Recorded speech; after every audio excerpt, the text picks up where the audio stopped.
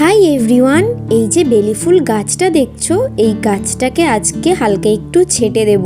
এই গরমে তো বেশ ভালোই ফুল দেয়, আর একবার অলরেডি ফুল দেওয়াও হয়ে গেছে, ওই জন্যই আর কি কাটাই ছাটাই করে দিলাম। আর এই বিকালের দিকটায় ছাদে সময় কাটাতে আর হাওয়া খেতে বেশ ভালোই লাগে, তাই আজকে একসঙ্গে দুটো কাজ করব বলে চলে এসেছি।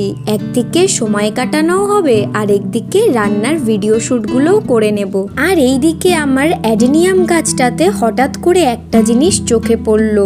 এই যে বিনসের মতো দুটো জিনিস হয়েছে, কি হয়েছে বুঝতে পারছি না। প্রথমে ভেবেছিলাম নতুন ব্রাঞ্চ বেরোচ্ছে, বাট নতুন ব্রাঞ্চ তো এরকম হয় না। তোমাদের যদি জানা থাকে প্লিজ কমেন্টে জানিও।